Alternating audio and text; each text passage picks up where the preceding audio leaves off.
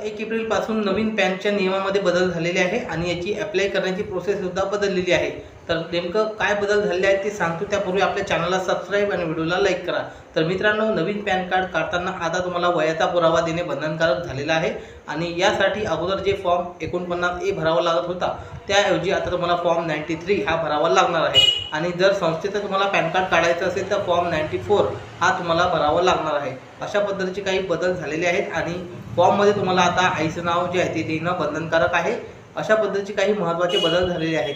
तसेच मित्रांनो, तुम्हाला आधी जे काही नावाचा सिक्वेन्स होता, first name last name, first name middle name, ते आता सिक्वेन्स चेंज होऊन जे आहे ते आता तुम्हाला first name middle name last name म्हणजे अशा सरळ जे काही सिक्वेन्स आहे ते बदलण्यात आलेला आहे। फॉर्म अप्लाय करताना तुम्हाला जे काही वयाचा पुरावा देणं बंधनकारक असणार आहे। यामध्ये कोणकोणते पुरावे तुम्ही देऊ शकता?